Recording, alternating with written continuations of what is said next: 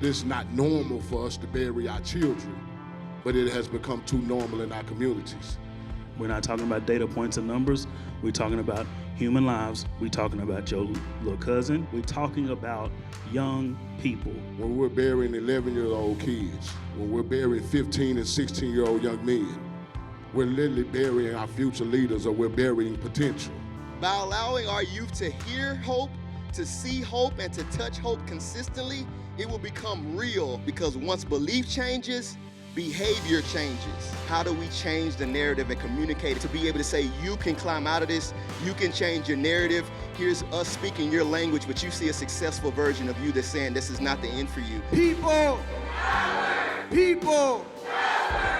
So the 1 Second Collaborative was really built out of knowing that it can take 1 second for a young person to make a split decision. So we want to be very targeted in our approach and support them with love, with resources, and with hope for not just them, but also their families as well.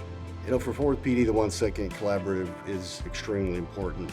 There's a lot of great people in Fort Worth that are doing great work already to address violent crime, but the problem is we're in silos. We're all working on the issue maybe from different directions and different perspectives, but we're not collaborating and talking as much as we need to. In conversations with Chief Neil Noakes and our entire police department, we quickly acknowledged that we cannot do this work alone. So turning to United Way to make this 1 Second Collaborative work together has been transformative. We're working with people who've already been doing great work in the city of Fort Worth, but now instead of working on our own, we're all working together. It's critically important that we do this in a way that facilitates collaboration, ensures communication is occurring between these organizations that are doing amazing work. Being in this situation, you always feel alone. And coming today showed me that I don't have to continue to feel alone. The best way to do it is to get everybody in the same room, to really talk through all of the issues. What are we seeing, right? That's the first question they're addressing. What is currently happening? And then the second big question that we have, so what can we do about it? When we talk about youth gun violence, it's our youth who it's affecting, and so they're just really eager to create solutions for a better outcome in their community. They're excited. The excitement comes from the fact that we're talking to students that don't have these outlets. They can't have these real conversations. We're not doing all the talking. We want them to give us, the information that they think we need to hear. Trust in the people that can do the work.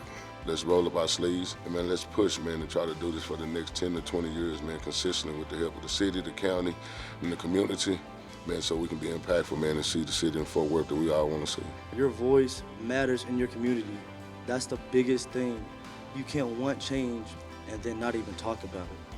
It's so beautiful that we're able just to come together and show our experiences and make a change. We are in this for the long haul. We know it's going to take time. We know it's going to take effort. Sometimes it's been tiring, sometimes it's been gut-wrenching, sometimes it's broken our hearts, but y'all continue to show up to the work. It's our responsibility to reclaim a generation of youth who have so much greatness inside of them. It's our responsibility as a community to make sure that that greatness lives out.